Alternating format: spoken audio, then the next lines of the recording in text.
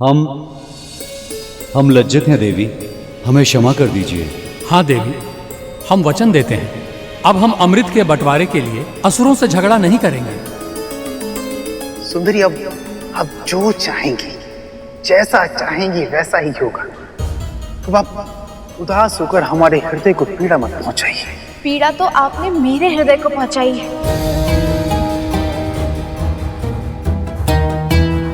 मैंने पहले ही कहा था कि आप लोग लड़ाई नहीं करेंगे, किंतु आप में से किसी ने नहीं सुना।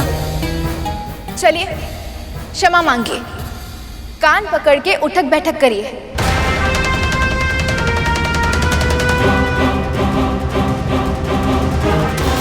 अन्यथा मैं यहां से चली जाऊंगी। असुरो!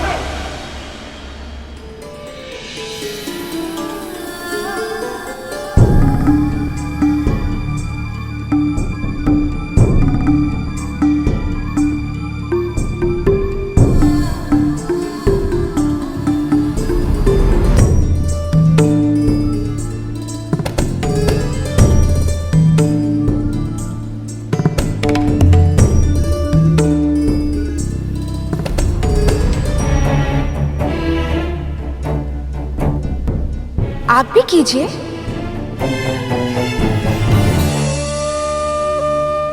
ठीक है, मैं चली जाऊँ। नहीं, अब हम करते हैं।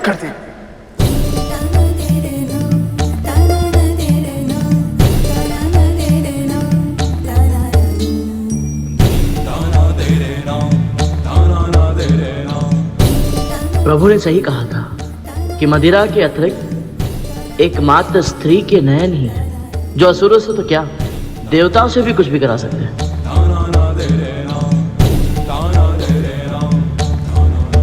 जो कल्पना से भी परे था, प्रभु ने उसे संभव बना दिया। अद्भुत प्रभु, अद्भुत।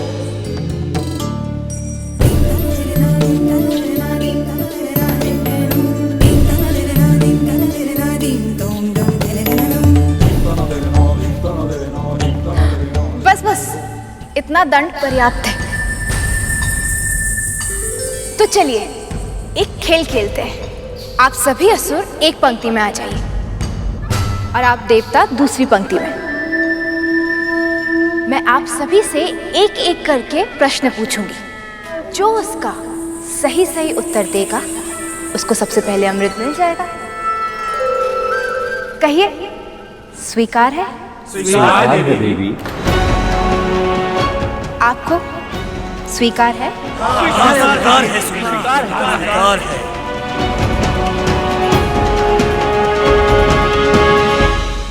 वाह भैया विष्णु, क्या योजना बनाई है आपने।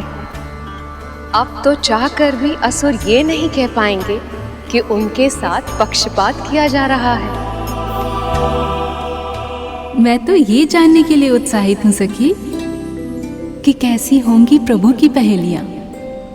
आनंद की वर्षा करने वाली होंगी माँ, क्योंकि अब उन पहेलियों के कारण प्रभु ने अमृत के आनंद को 2 गुना और बढ़ा दिया है।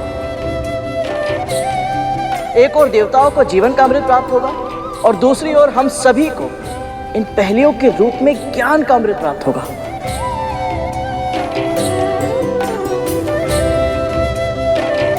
सीखने की अद्भुत ललत है तुम में करुण।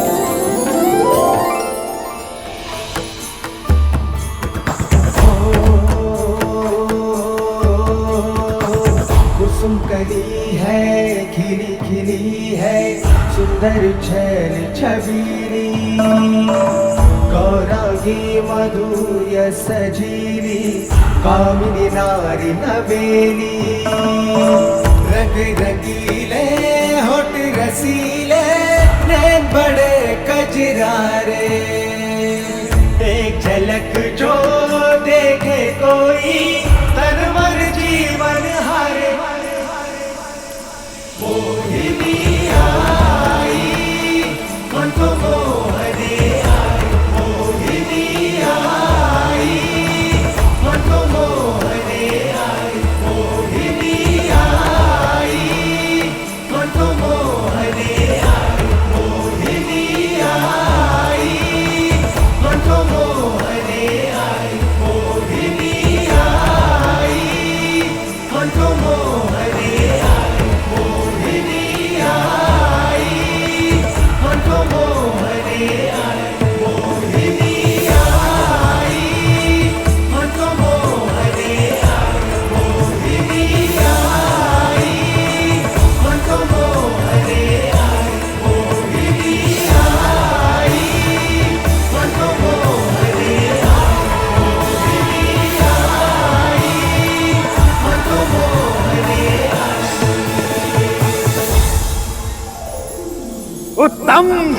अति उत्तम।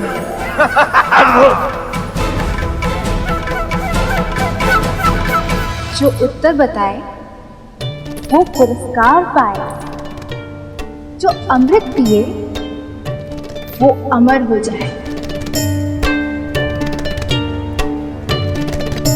पर उससे पहले पूछो तो मेरा प्रश्न।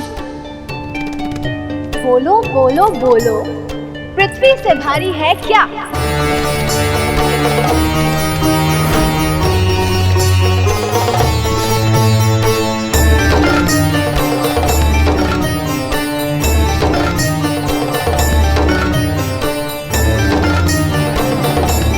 माँ का गौरव।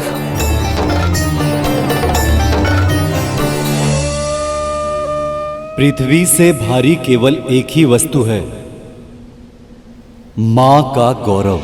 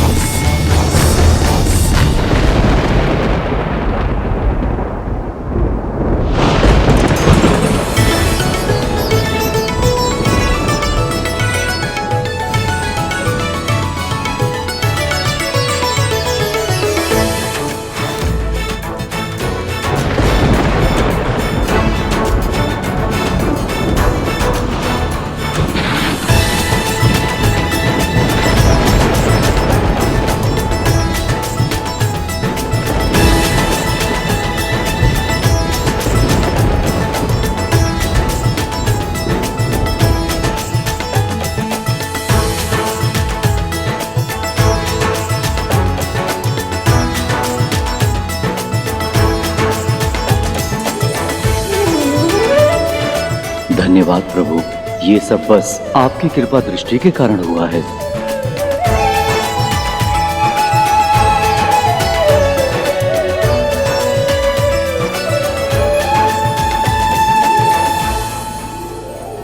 सबसे ऊंचा है आकाश, पर बोलो आकाश से ऊंचा क्या?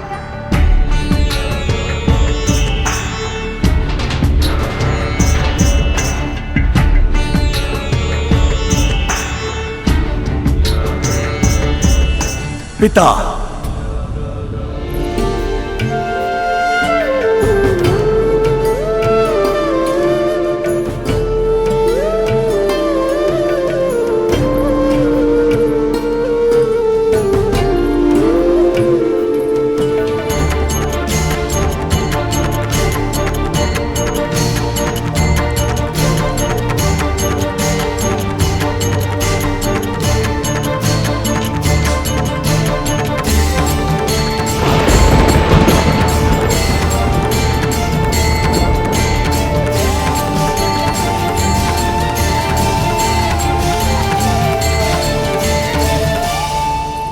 सबसे अधिक गति है वायु की, तो बोलो वायु से भी अधिक तीव्र गति से चलता क्या?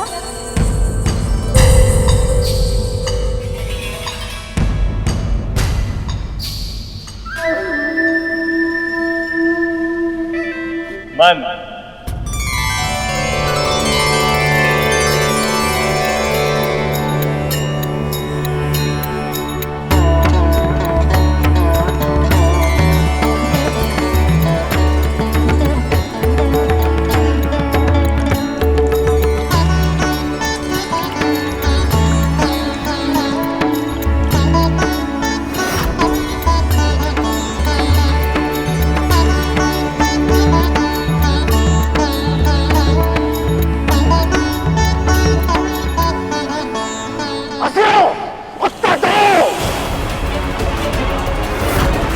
यह संभव है कि देवता सारा अमृत पान कर लेगी। हम असुरों को कुछ करना होगा। तीनों लोकों में गिन सके ना कोई जिनको ऐसे असंख्य तिनके, तो बोलो तिनकों से अधिक क्या?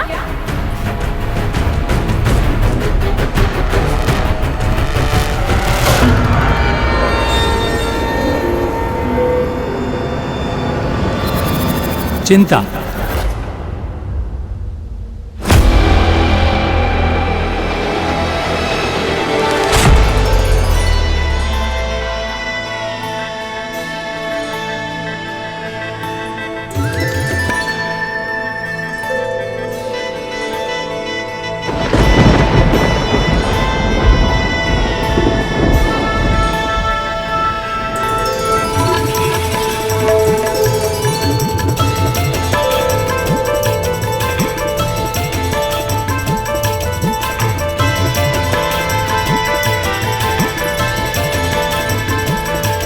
जीवन के लिए सबसे प्रमुख है धर्म, पर बोलो धर्म के लिए सबसे प्रमुख है क्या? दक्षता।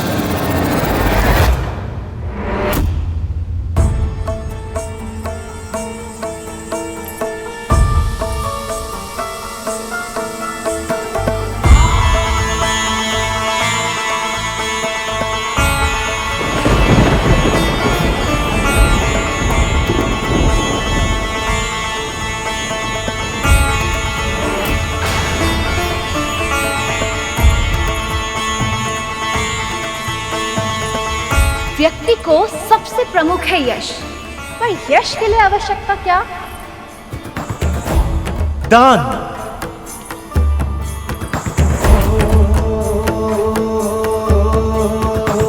कुसुम कली है, खिली खिली है, सुंदर छैल छबीली, गौरांगी मधुर सजीली, कामिनी नारी नवेली, रंग रंगीले। हर प्राणी की अभिलाषा है स्वर्ग, पर स्वर्ग के लिए प्रमुख है क्या? बल है। जो देखे सत्य।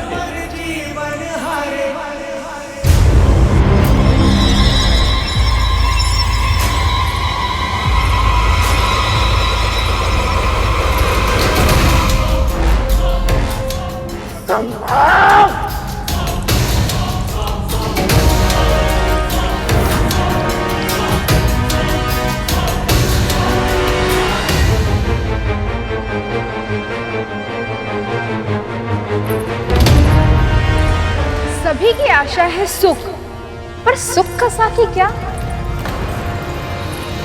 शील।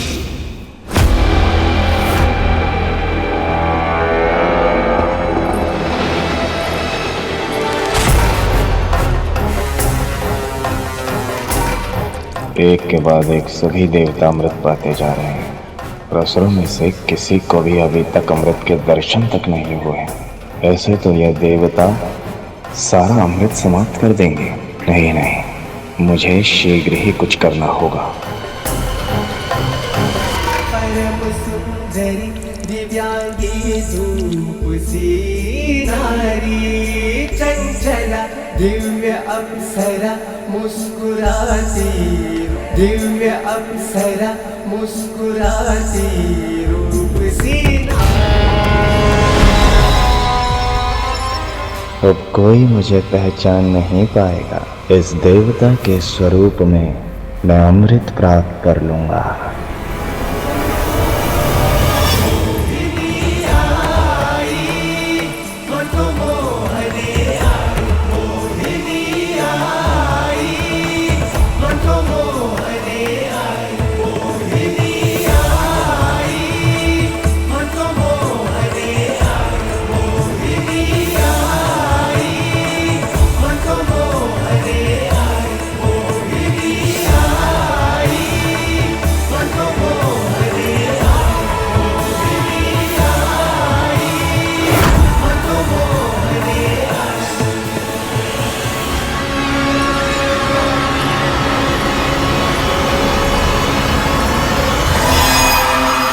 देवताओं की पंक्ति समाप्त होने वाली है।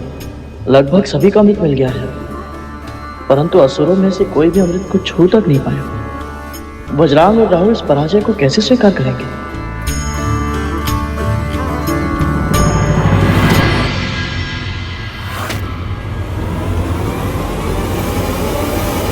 राहु कहाँ है?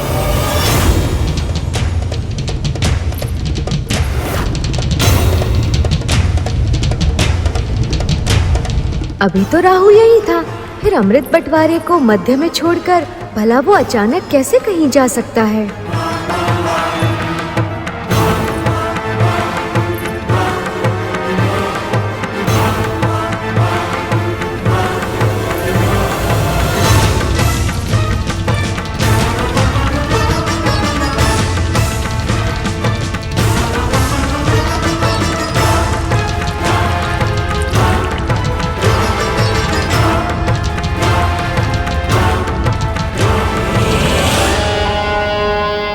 जब कोई देवता प्रश्न का सही उत्तर देगा तो मैं अवसर देखकर अमृत पान कर लूंगा।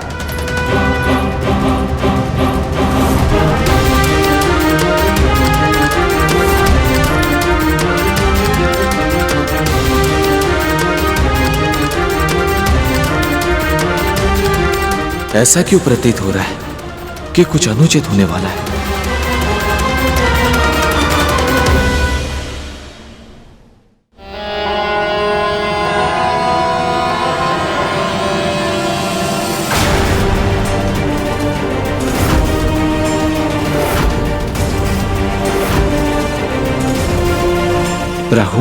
राहु क्यों नहीं है यहां?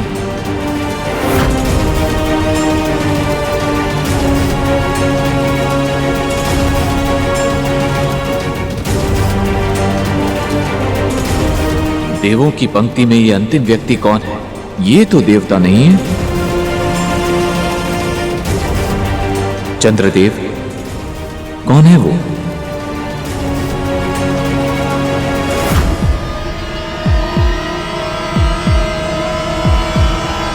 रुक जाइए देवी मोहिनी।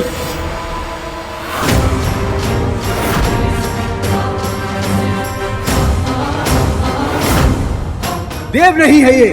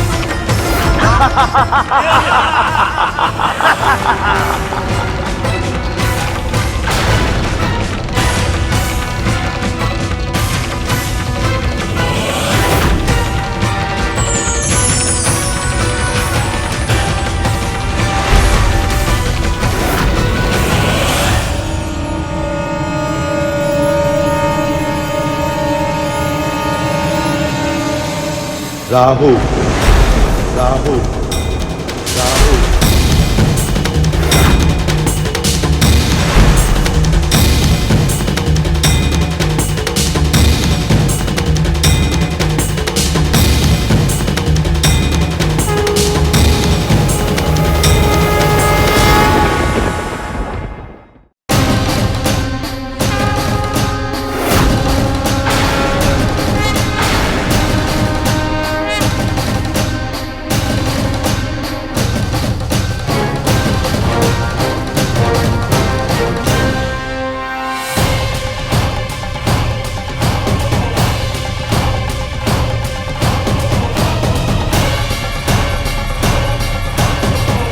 पुनः छल हुआ हमारे साथ। इसका अर्थ देवी मोहिनी विष्णु है।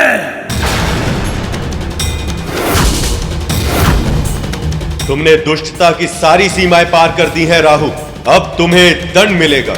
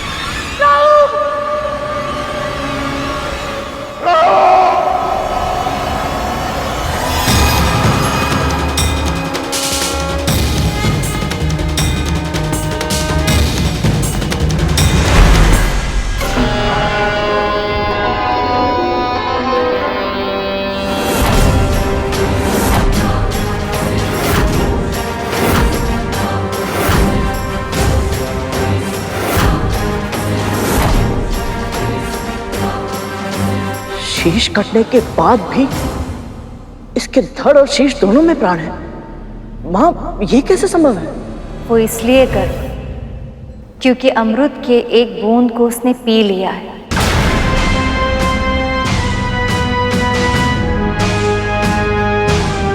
अब इसकी मृत्यु कभी नहीं होगी,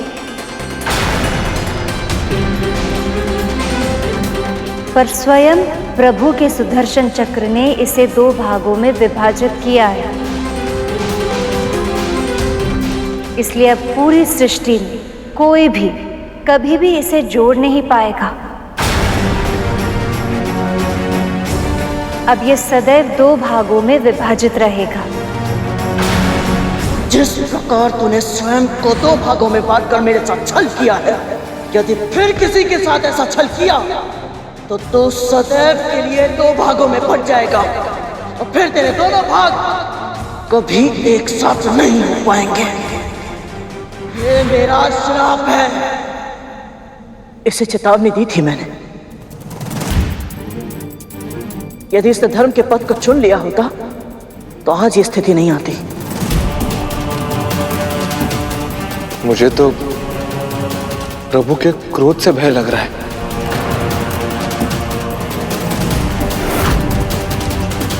छल, फिर से छल किया है तूने विष्णु मेरे साथ। मेरा शीश काटकर तूने यह सिद्ध कर दिया है कि हम असुरों के साथ तू कभी न्याय कर ही नहीं सकता।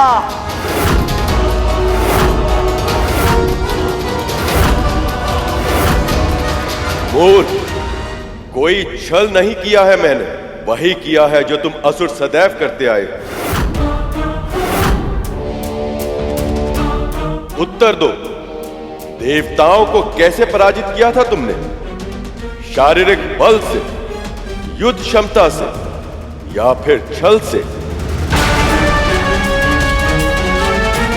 गुरु शुक्राचार्य की तपस्या की शक्ति से, संजीवनी विद्या की सहायता से? क्या वो युद्ध धर्म था? क्या वो किसी योद्धा के लिए आदर्श व्यवहार था? फिर स्वर्ग पर अधिकार पाकर भी तुम्हें संतोष नहीं मिला। पराजित देवताओं को सताने का हर संभव प्रयास करते रहे तुम।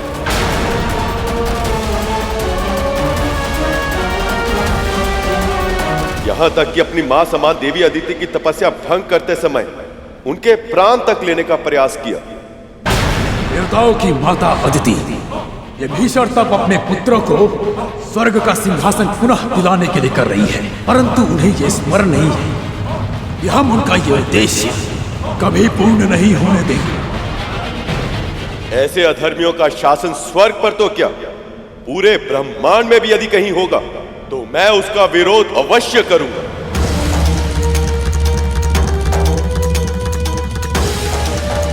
संधि के नियमों के अनुसार देवताओं और असुरों को दोनों को एक साथ मिलकर क्षीर सागर का मंथन करना था, किंतु जब देवता मेरे विवाह में व्यस्त थे तब असुरों ने संधि के नियमों को तोड़कर अमृत को चुराने का षड्यंत्र रचा। इससे पहले कि देवताओं की दृष्टि उस अमृत पर पड़े, हम उसे चुरा लेंगे। रक्षा कीजिए महाराज, रक्षा कीजिए। धनवंतरी के साथ छल करके कलश छीन लिए और अपनी बारी आने की प्रतीक्षा करने के स्थान पर देवताओं के वेश में आकर अमृत को पाना चाहा।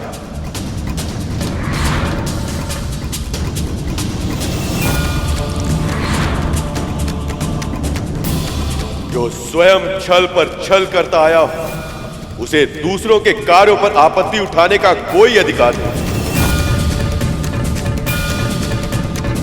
अमृत का मर्म जाने बिना ही तुम सब अमर होना चाहते हो, पर केवल तन के जीवित रहने को अमरता नहीं कहते। सच्चे अर्थों में केवल वही प्राणी अमर होता है जो तन के ना रहने पर केवल अपने कर्मों के कारण अन्य प्राणियों के हृदय और मस्तिष्क में सदा सदा के लिए जीवित रहे।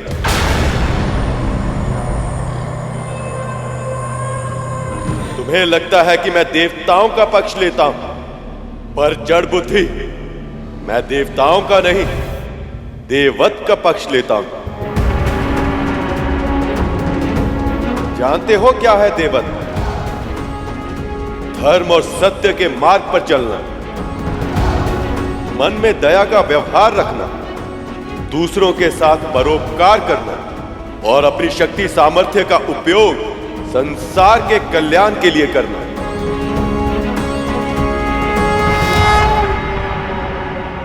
यदि तुम सबने ये किया होता तो मैं आज तुम्हारा पक्ष भी अवश्य लेता, पर अब तुम्हारा मुख राहु और धड़ केतु बनकर अनंत काल तक विचरण करता रहेगा।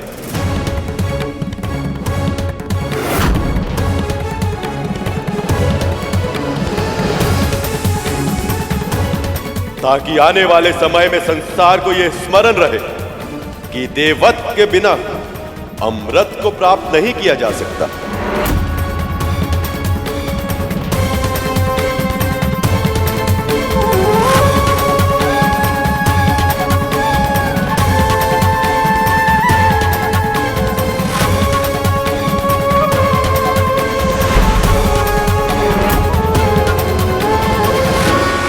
संभालिए देवराज,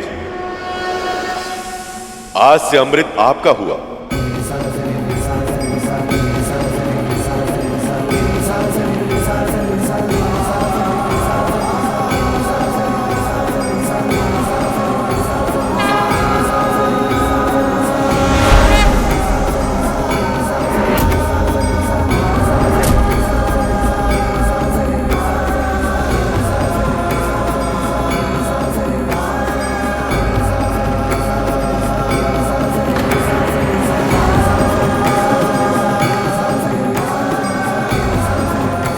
हे नारायण, आपने मेरे पुत्रों को अपना आशीर्वाद दिया, उनकी रक्षा की और उन्हें सामर्थ्यवान भी बना दिया, उन्हें अमर बना दिया आपने। आपका बहुत बहुत आभार प्रभु। मेरी अनुपस्थिति का अनुचित लाभ उठाए देवताओं ने और नारायण ने भी इनका साथ दिया, पर मैं इतनी सरलता से पराजय स्वीकार नहीं करूंगा।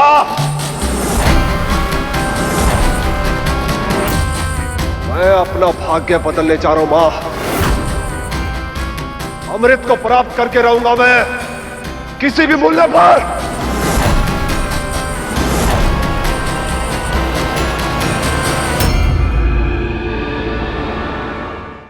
जिस क्षण की कल्पना खुली आंखों से स्वप्न देखने पर विवश कर देती थी, आज वो क्षण सत्य हो गया है।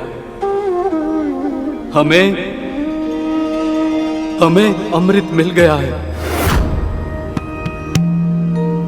और ये सब केवल आपके कारण संभव हुआ है प्रभु।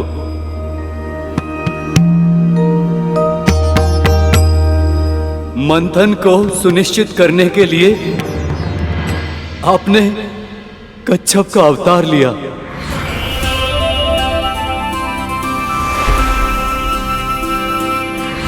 धर्म की रक्षा करने के लिए देवी मोहिनी का अवतार लिया।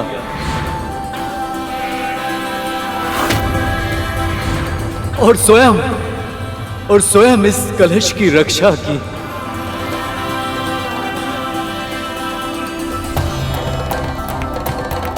और हमें अमृत का पान कराया। आप धन्य हैं नारायण, आपका कोटि कोटि आभार।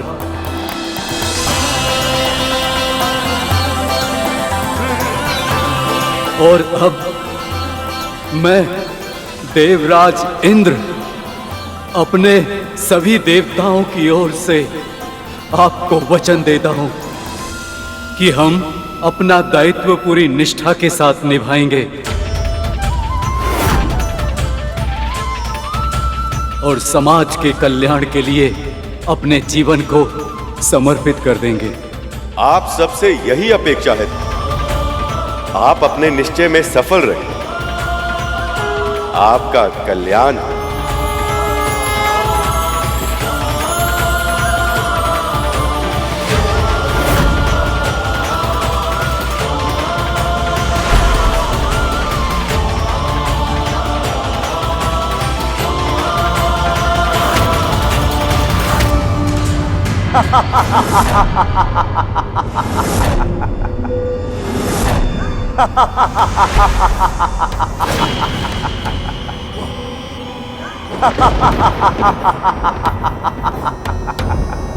तुम्हें क्या लगा तुम विजयी हो गए हो? पर ये तो बस एक झड़प थी। देवासुर संग्राम तो अभी शेष है और निरंतर चलता रहेगा अनंत काल तक। क्योंकि अब केवल तुम ही नहीं, मैं भी अमर हूं। अमर!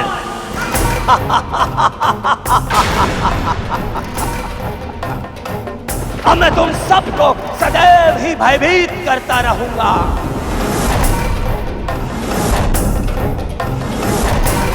सूर्य और चंद्र ने मेरा भेद खोला था ना,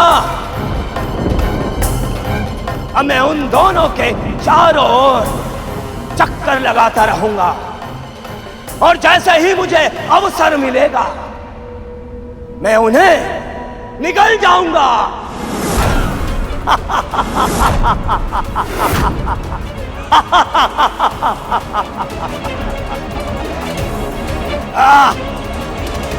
कितना दुष्ट है ये राहु। स्वयं परम पिता श्री नारायण से दंड मिला, फिर भी अपने कर्मों को सुधारने का विचार तक नहीं आया इसके मन में।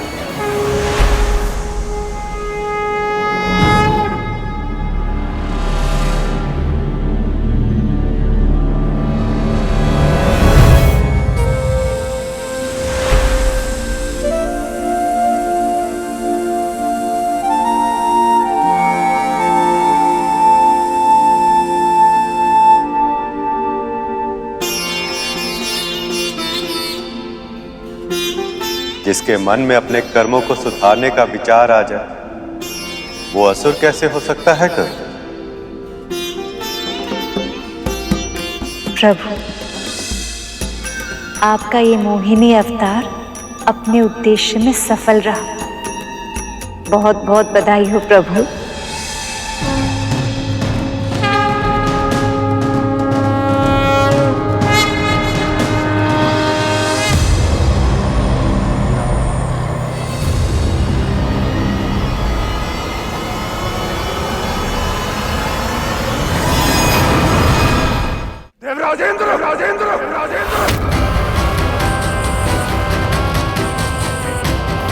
मेरी अनुपस्थिति में अमृत को पाकर स्वयं को चतुर समझ रहे हो? साहस है तो मुझसे युद्ध करो।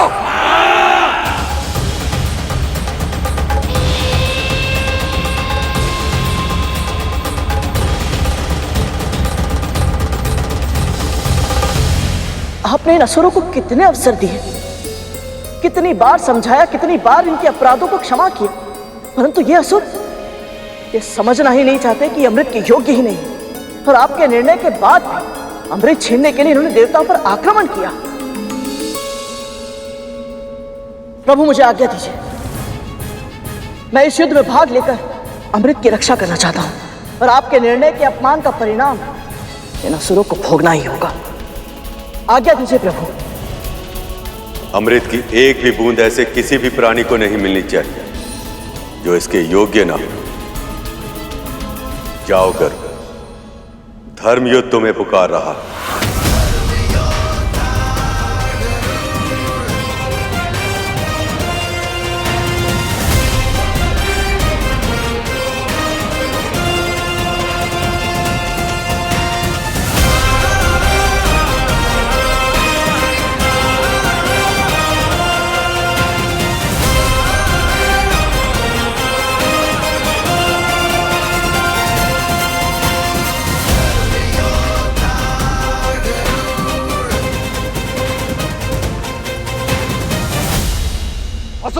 तन से रक्त की अंतिम बूंद तक क्यों न बह जाए, हमें ये चक्रव्यूह तोड़ना ही होगा।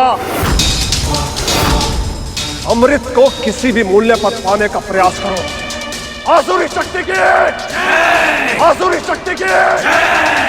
प्राणों की परवाह नहीं है देवताओं, अब हम अमृत पी चुके हैं। अब इसकी रक्षा करना हमारा कर्तव्य है, चाहे जो हो जाए।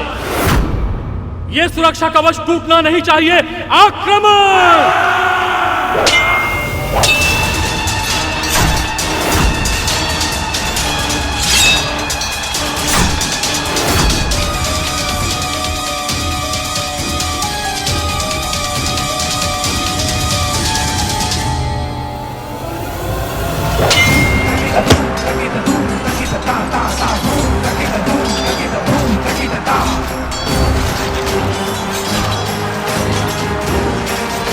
काहू को मिले दंड को देखकर असुर अपनी प्रवृत्ति के कारण अपना ही नाश करने पर तुले हैं।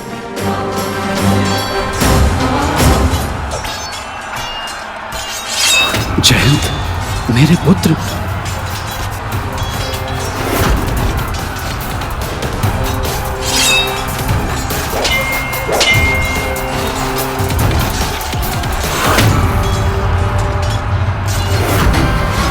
अपने पुत्र को कोई हानि नहीं पहुंचने दूंगा मैं।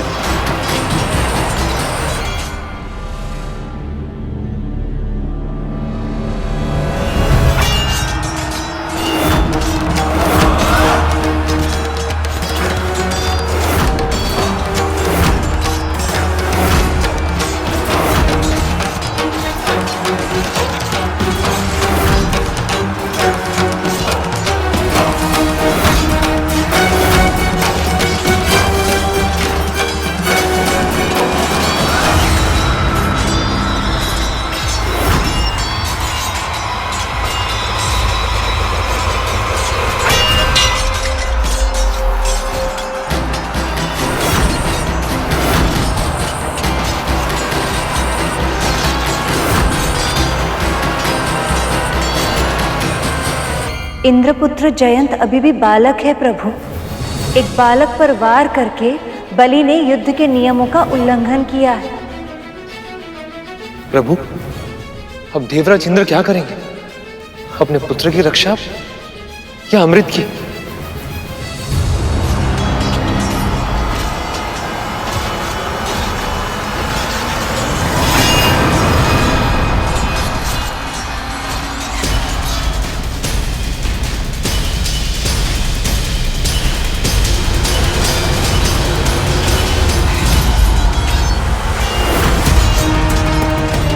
अमृत को इंद्र के साथ से छुड़ाना होगा।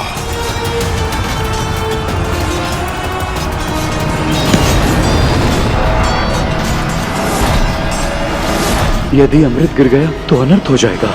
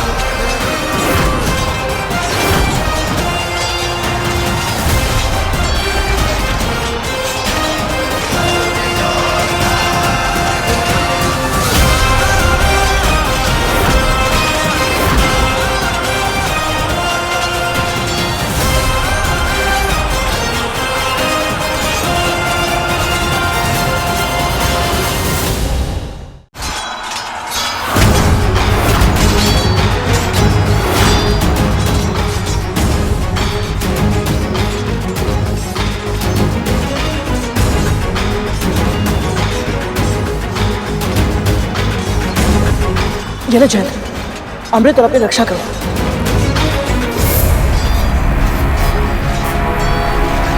अमृत कलश अपने हाथों में लेने के बाद भी गरुड़ के मन में इसे पीने का विचार नहीं आया।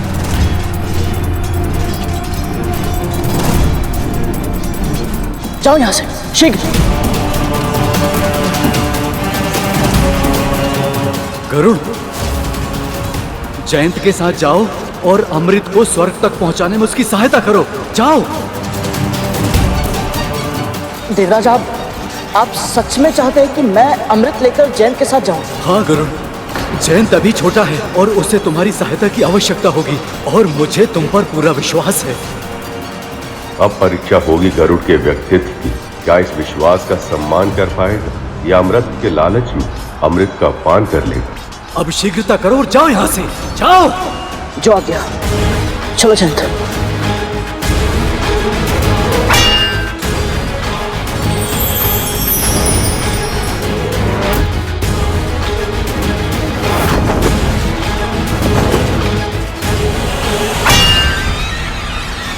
पीछा करो।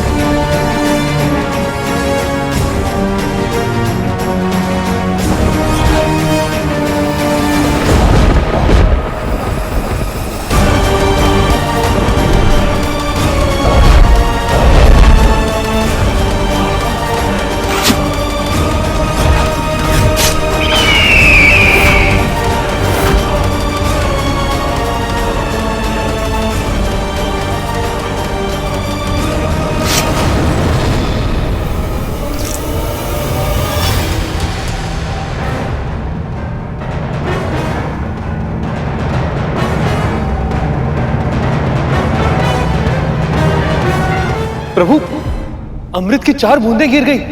यह भी विधाता की योजना का भाग है शेष।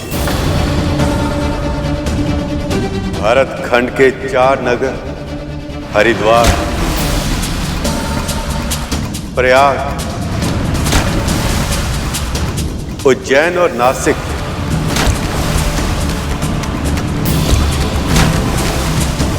ये वो 4 स्थान होंगे जहां हर 12 वर्षों में महाकुंभ और 3 वर्षों में कुंभ का आयोजन होगा।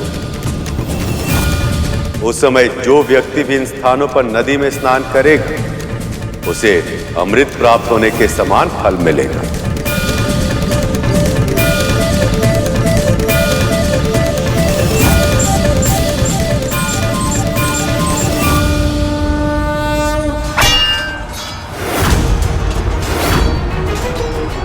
बस बहुत हो चुका, अब इस युद्ध को समाप्त करना ही होगा। वज्र का प्रयोग अब करना ही होगा मुझे।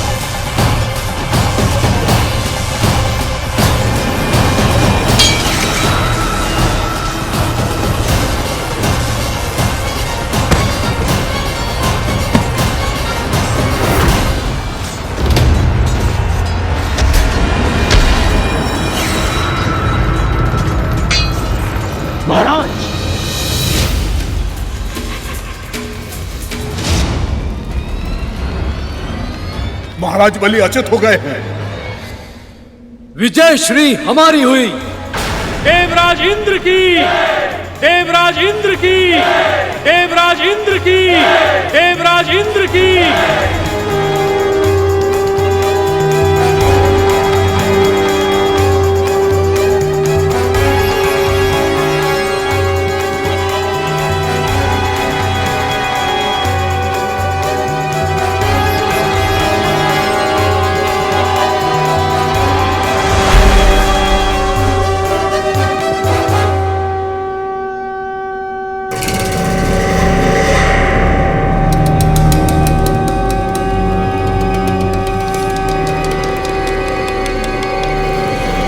ये देवराज इंद्र का शंखनाद है। तो क्या असुर सम्राट बलि पराजित हुए?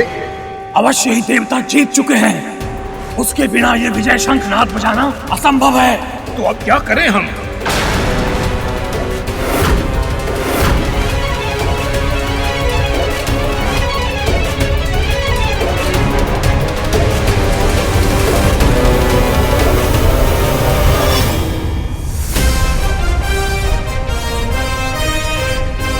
ये तो वही पक्षी है जिसने सेनापति वज्रांग की पूरी सेना को हरा दिया था और मंदराचल पर्वत को अकेले ही उठा लिया था। हे महादेव, हम इनका सामना कुछ असुरों के साथ कैसे कर पाएंगे? भागो, अपने प्राण बचाओ।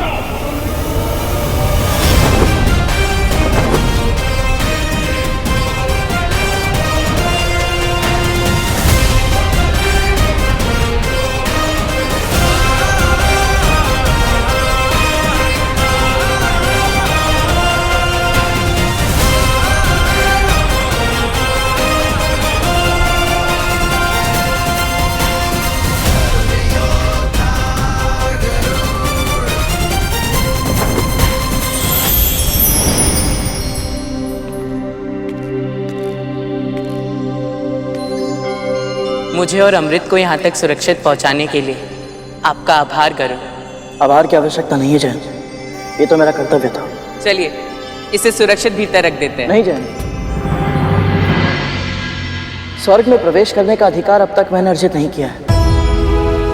मेरा कर्तव्य तो बस तुम्हें और अमृत को यहाँ सुरक्षित पहुँचाना था, तो मुझे लौटना होगा। सचमुच आपकी कर्तव्य निष्ठा अद्भुत है गरुड़।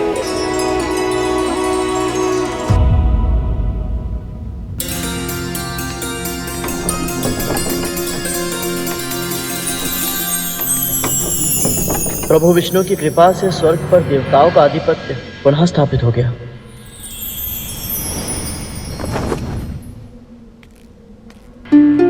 इस अमृत को किसी सुरक्षित स्थान पर रखना होगा।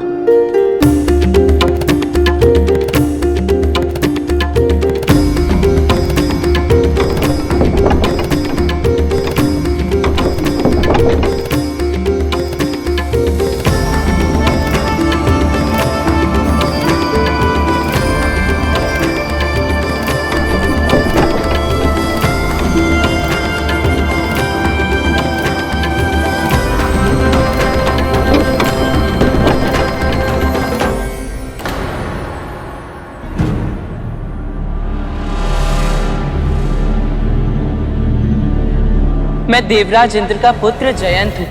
अमृत को सुरक्षित रखने आया हूँ। कृपया मुझे अंदर प्रवेश करने की अनुमति दे।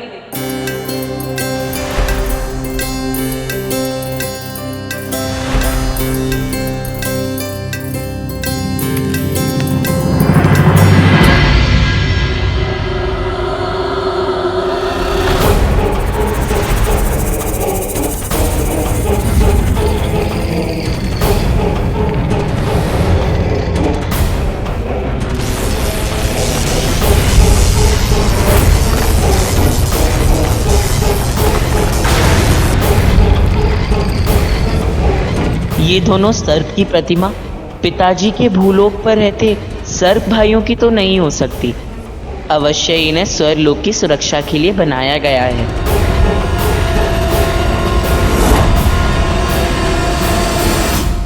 हे अंत्य सर्पों, मैं देवराज इंद्र का पुत्र जयंत हूँ। अमृत को यहाँ रखने आया हूँ। अब इसकी सुरक्षा का दायित्व आपका है।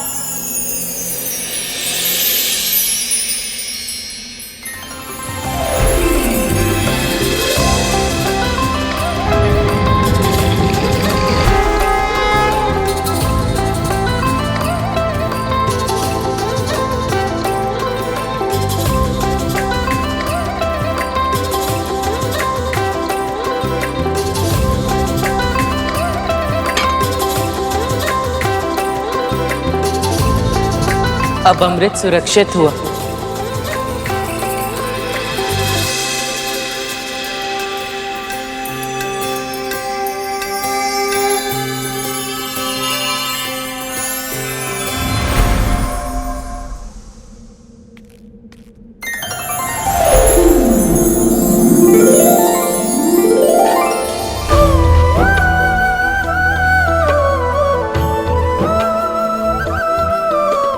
आपका कोटि कोटि आभार प्रभु।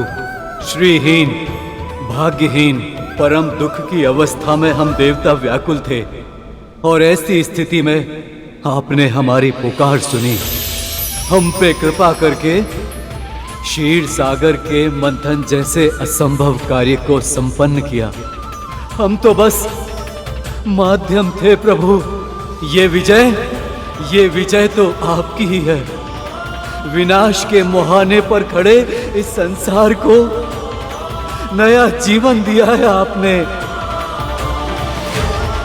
अनंत प्राणियों की रक्षा की है। आपकी जय हो प्रभु। आपकी सदा की जय। गणेश, नारद, सखा, ब्रह्मदेव, गुरु बृहस्पति और आप सभी देवी देवताओं को मेरा बहुत बहुत आभार।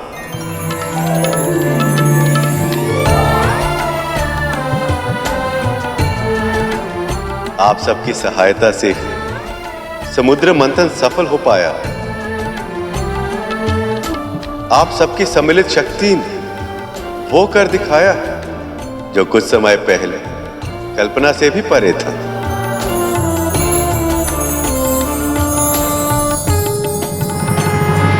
सत्य कहा था माँ ने, ये सब किसी स्वप्न जैसा ही तो है। इतने समय तक वैकुंठ में रहने के बाद यहाँ से लौटने का तनिक भी मन नहीं कर रहा, परंतु माँ को अकेले भी तो नहीं छोड़ सकता।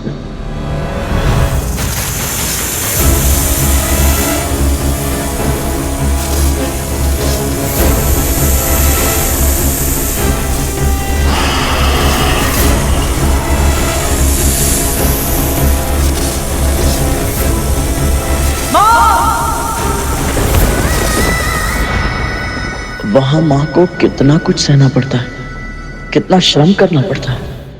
और इस मंथन में मंदराचल का योगदान कोई चाहे भी तो भूल नहीं सकता। अब आप अपने मूल स्थान पर लौट जाएं। मैं आपको यह आशीर्वाद देता हूं कि आपकी सतह पर सदैव दुर्लभ से दुर्लभ जड़ी बूटियां और औषधीय पौधे उगते रहेंगे, जो अनंत काल तक मानव जाति की सेवा करेंगे। और उसके कारण कोई भी पृथ्वीवासी आपको कभी भूल नहीं पाएगा। अनंत काल तक यश और सम्मान के पात्र होंगे आप।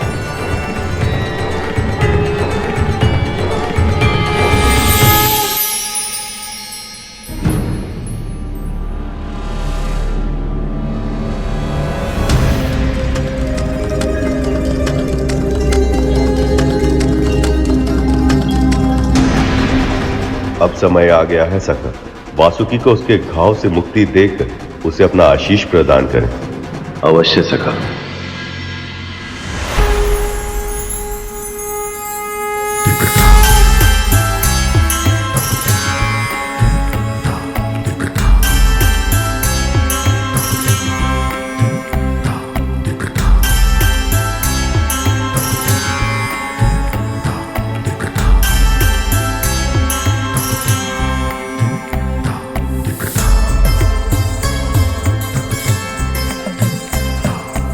हे नीलकंठ, महादेव, अपने चरण में मुझे शरण देकर मुझ पर दया करें।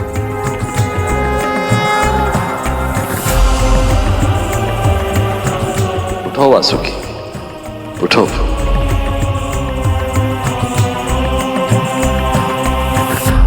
इस मंथन में अतुलनीय योगदान देकर तुमने मुझे अत्यंत प्रसन्न किया है वासुकी।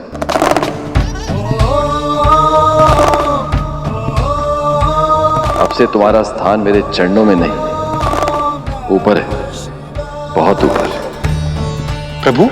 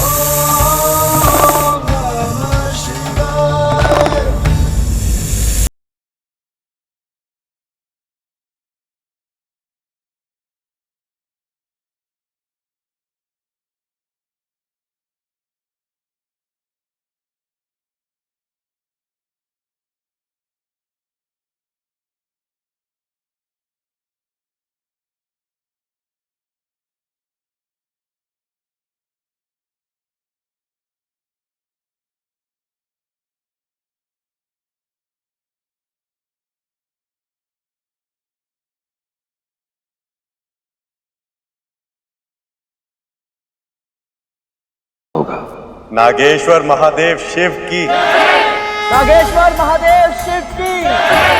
नागेश्वर महादेव शिव की। नागेश्वर महादेव शिव की। नागेश्वर महादेव शिव की जय।